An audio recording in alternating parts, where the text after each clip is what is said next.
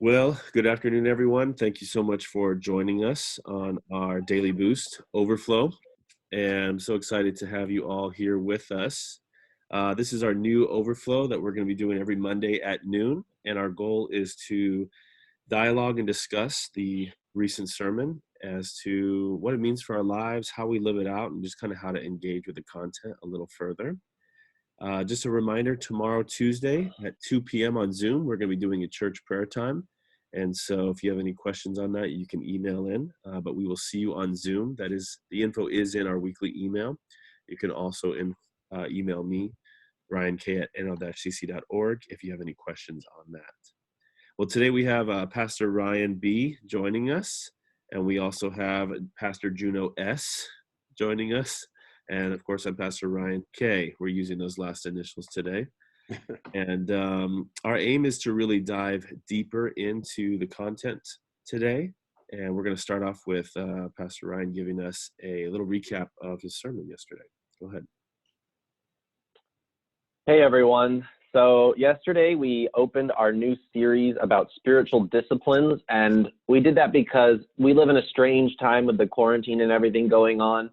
And connecting with God in a time where we're isolated and maybe scared of the coronavirus, and there's a lot of fear and insecurity in the world right now, it's more important than ever for us to focus on our relationship with God.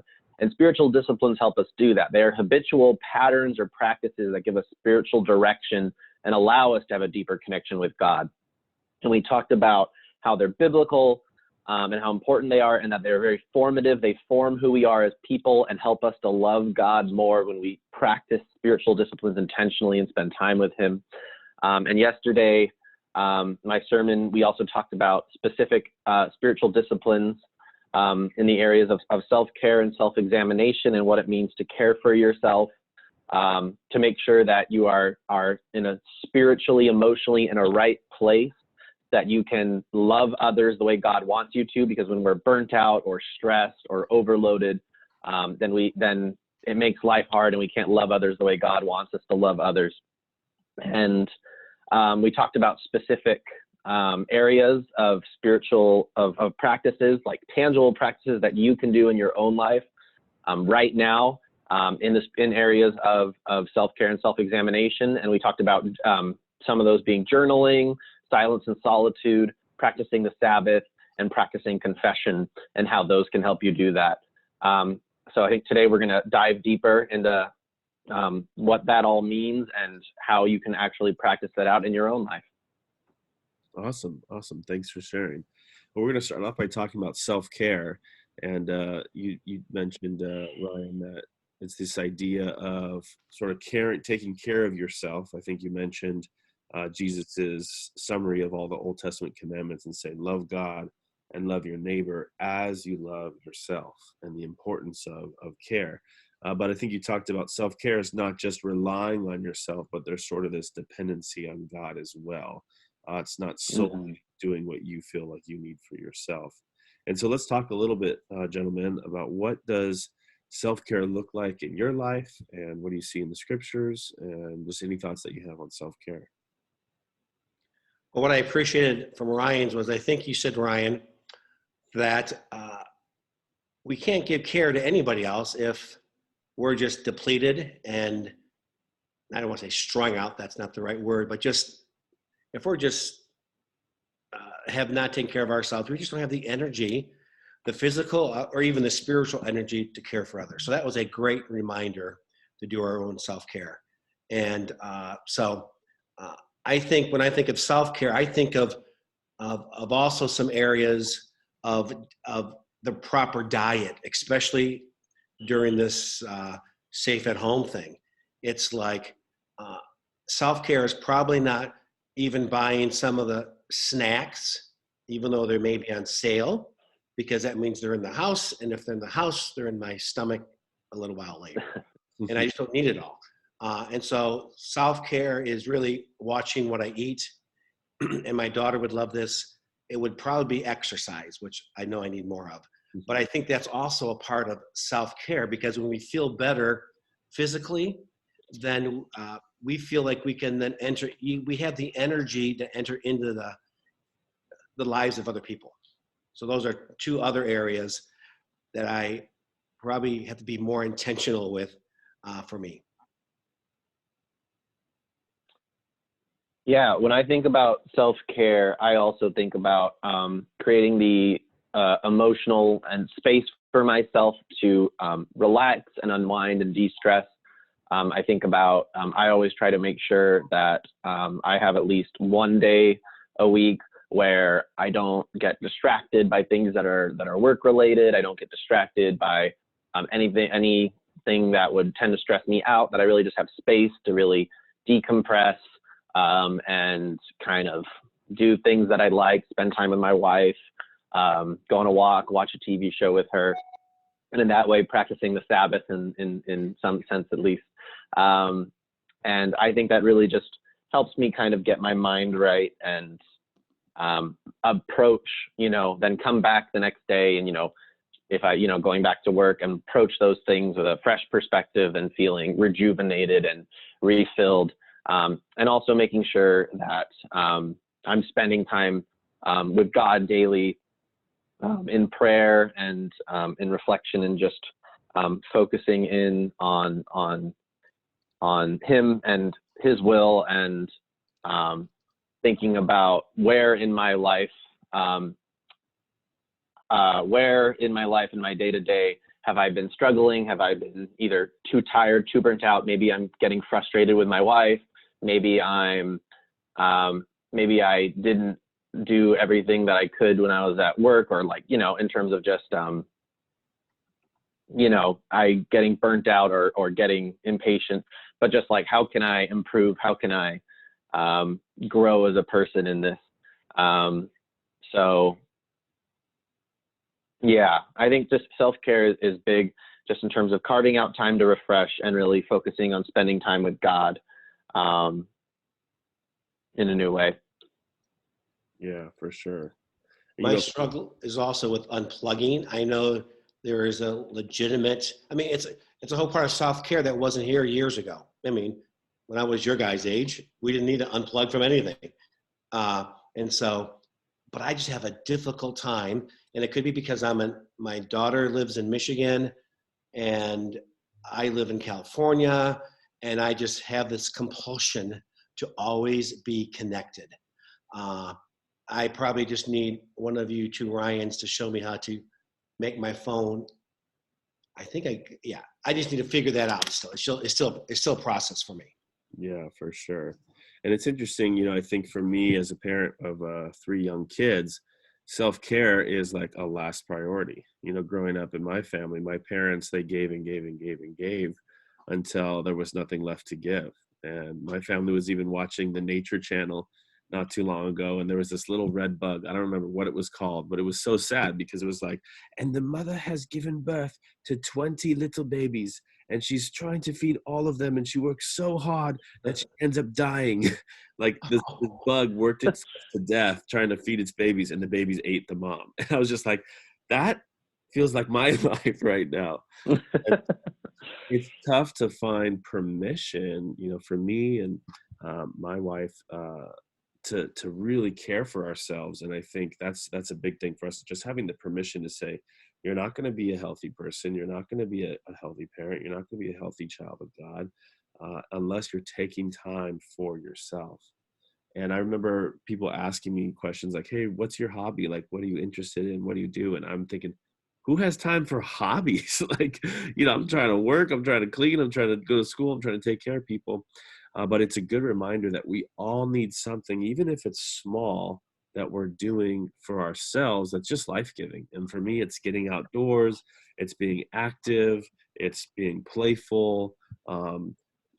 When we're not in quarantine, it's like going fishing or building something that I can just do on my own and just at my own pace and enjoy doing. And I think that's really, really important. And it's very life-giving when I'm able to do those things. And then one thing for us 3 and anybody else on staff at a church, I think we struggle with, and I'll own it, I'll struggle with, I feel like I always have to be on for the whole church, that whenever they need us, that it's, nope, they called, I got to be able to answer. I got to be able to respond. I got to be able to do this. and go, go, go. And so I think sometimes we all live in that, what's it called? The complex, the savior complex. There's a term for it. That we got to rescue everybody from everything, and that it's part of our duty. It's a part of our calling to be on call all the time, every day. And that's just a myth, a horrible myth that we have bought into. Maybe we've enabled the church members to call them that. I'm not talking about being lazy. I'm just talking about we don't always have to be on 24/7. Yeah, for sure. And I think, Mm-hmm. Ryan, I think you mentioned this in your sermon, but Jesus modeled for us, like, he got up early to pray. Like, he often went away to the hillside to pray, to be by himself. Like, you know, he could heal like anyone. He can do all this stuff, but he definitely took time for himself to recharge and connect with the Father. And I think, that's an ultimate example for us, for sure. Mm-hmm. Ryan, you were talking a little bit earlier about your process of self-care, and it sounded like there's a lot of reflection in there that you're thinking through your relationships with God, with your wife, with your friends, Mm-hmm. thinking through choices you've made at work or at home or in your other time. You're really thinking through your actions and evaluating. And so, can you talk to us a little bit more about the importance of like self-reflection in your life and kind of how that plays out? Yeah, I talked about this in my sermon. I just feel like that if we're not careful as humans, that are, we are sinful, broken people. And when we're not careful, I think it's really easy to fall into patterns and cycles where we are, messing up in the same way over and over. I know I've experienced that in my own life. And so I just think it's important to, depending on your life, it might be hard to do this every day, but carve out times where you're thinking about what are the decisions I'm making? What type of person am I being to the people around me, the people I'm in relationship with? Am I showing them love the way Jesus would want me to? Because it can be hard to do that a lot of the time. It can be, if you're tired or stressed, it can be easy to be impatient and,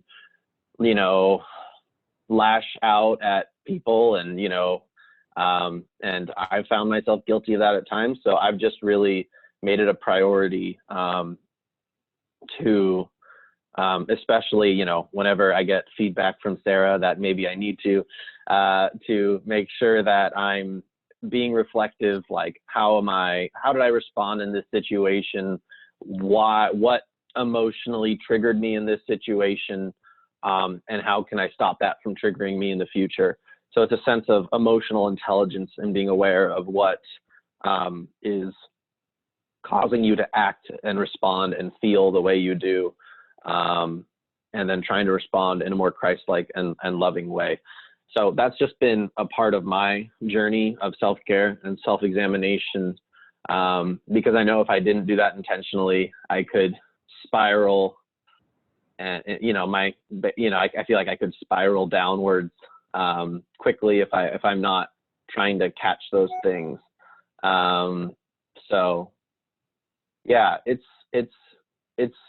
a challenge, but it's something that I think that I just prioritize highly in my life and in my relationships and in my walk with God. What about for you, Juno, on self-reflection? How do you practice self-reflection?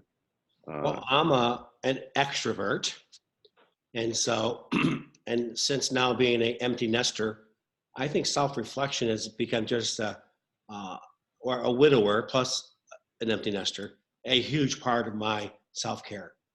I mean, the word thrive would not be accurate, but I just thoroughly enjoy my quiet times, my times of quote self-reflecting, or just, I'm pretty hooked on some worship music, and even some of the, and I'm not even saying the newer stuff, just wonderful, heart-filling, spirit-moving worship music. I know that's not quiet, that's not the solitude side of things, but it definitely feeds my soul and just provides me the headspace to do a lot of reflecting, praying, planning, thinking, Uh, and I do, though, I usually try after each Sunday, I do up in my office, I try to reflect through the morning. How did I respond? What did I say? Why did I say this in my sermon? That wasn't in my notes. I wonder what brought that on. I try to do that type of a self-reflection, or maybe that's more of a self-evaluation. But if by chance if I felt my anxiousness rise about something on the Sunday, I'll go back in and try to process that. Not every conversation, but if I felt someone was pushing my buttons, I try to go back in that morning and literally go through the day and think, now why, when Ryan Clement said that to me, did I just feel like slapping? No. Why did, what pushed my buttons? And so that just helps me to be, quote, self-aware. And if it's really like, it was nothing, why did I respond that way? Then I know I have some work to do on something. So. Yeah, for sure. Yeah, I love what you guys are saying. I can go weeks at a time without taking a moment for self-reflection, and I end up in places that are not healthy and not good, and making decisions that are, you know, destructive, and not in horrible senses, but that's how we get down, the wrong path. And I think even the NASCAR, cars, they need to make a pit stop, and they need to get refreshed, and that's just the way that life is. And I love what you're saying too, Juno, about taking time to think through your decisions and your choices and your responses. And for me, I often will have to take emotions and process them for a while. I'm feeling something funky. I'm not Mhm. sure what it is. I'm not sure why, but let me process that for a while. And sometimes it takes a few days of just thinking through, praying through, and reflecting before I can land on, this is what I'm really upset about, or this is what I'm really hurt by, or this is what's really challenging for me. And I think reflection is essential. Reflection is also constructive. For me, I'm looking at, what can I improve? What can I do better? What changes can I make? Hartley and I, during quarantine, have been reflecting on our parenting. What are we doing well? What do we need to change? How are we modeling Christ in our home? How are we not modeling Christ? And we're trying to, reflect and then make some intentional changes. The other thing I'm thinking through, there's a passage in Romans where Paul talks about being truthful and honest, and he talks about acknowledging both kind of the good and the bad equally. And I think a lot of us, when we reflect, we tend to, lean on one side. Some of us are overly critical, and in our reflection, we're just criticizing ourselves and why we did so bad.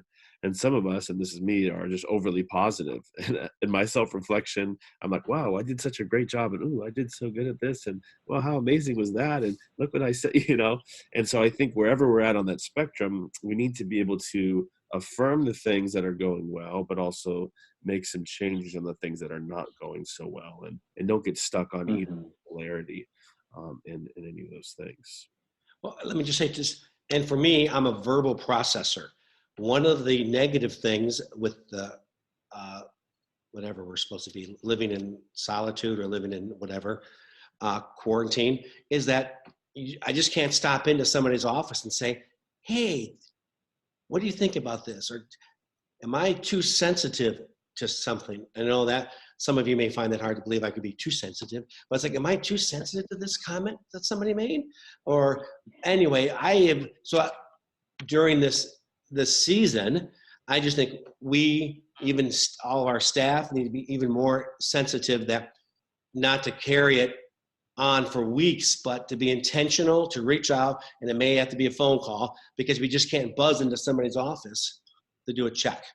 Or to say, do I have a blind side here? Or I'm a little irritated by this. Should I be? And just talk it through with somebody. And that's where, as a widower now, I have that disadvantage of, I don't have my spouse to say, man, Ryan B is just pushing my buttons. What am I going to do with him?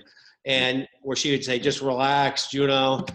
You're no big deal. But anyway, so Yeah, all that to say is I think our self-reflection could also be, I think community plays a part of our self-reflection.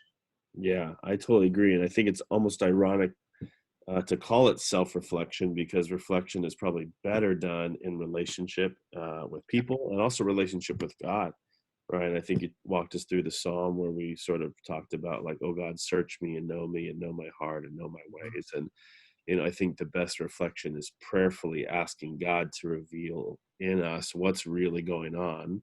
But also asking others who know us and love us and care about us to say, what do you see in here? Or to be able to bounce off those ideas. I think that's so important. And I definitely agree. It's extra challenging in quarantine because you don't have this daily interaction with people that you could normally just check in with. It's this whole, let's set up a Zoom, let's set up a FaceTime, and let me just, share some thoughts with you. So, yeah.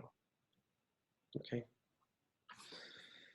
Let's finish up our last couple minutes here, and just any other thoughts on any of the practices we talked about: Sabbath, silence and solitude, confession, and journaling, as kind of some weekly practices that would help us care for ourselves or reflect.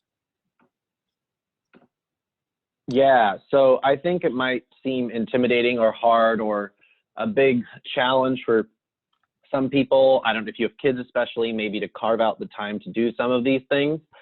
And I just want to say it might be easier than you think it is.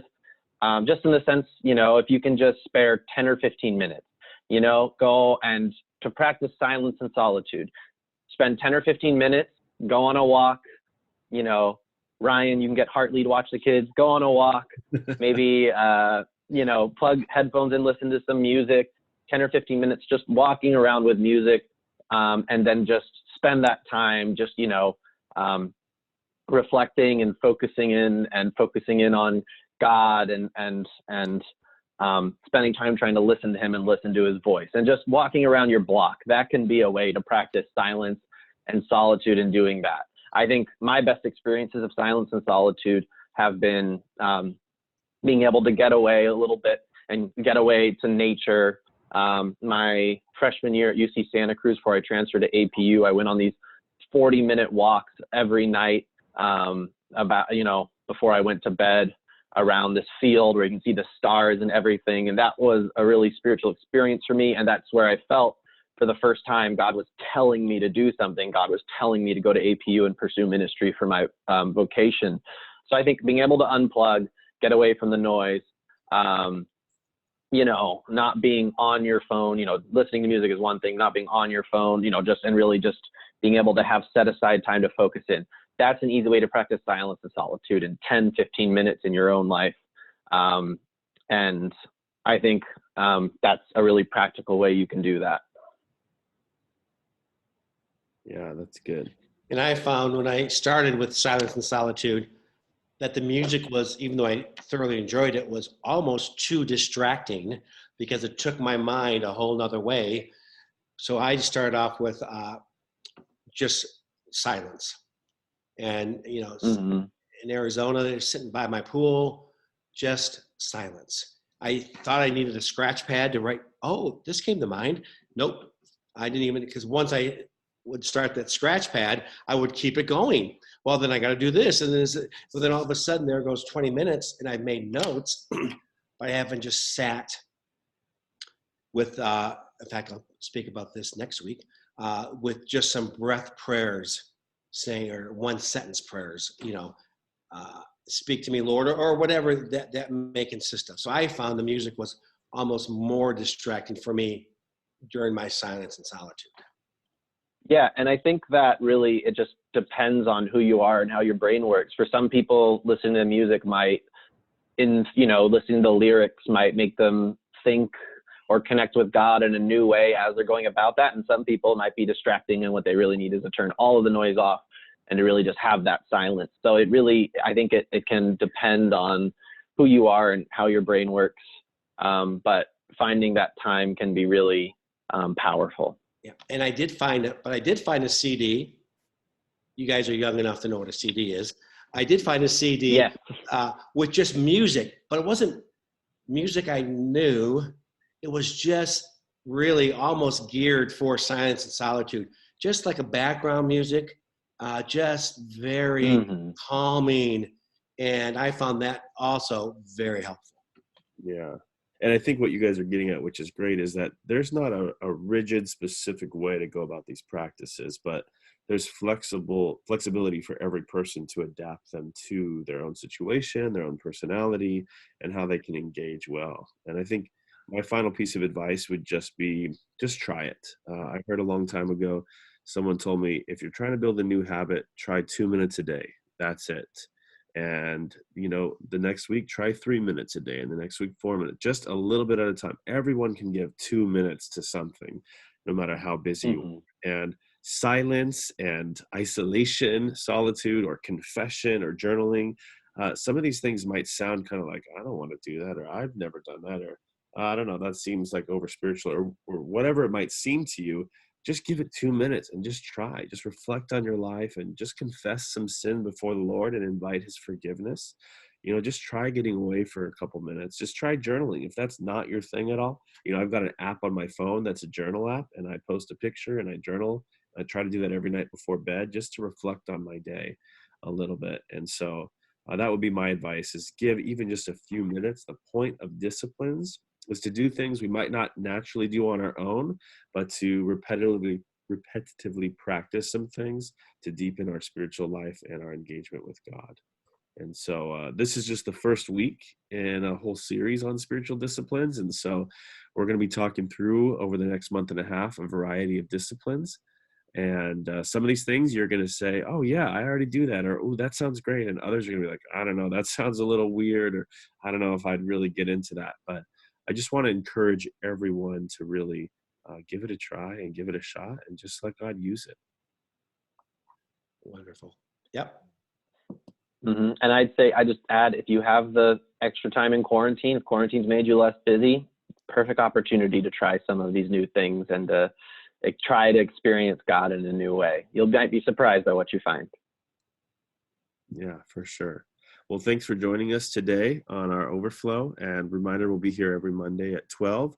But it's also going to be viewable on YouTube. It'll be posted so you can watch it anytime after that. And this Tuesday, tomorrow at 2, we'll have our Zoom prayer. And that will be moving to Thursdays at 2 next week. So thanks again for joining us, and we will see you soon.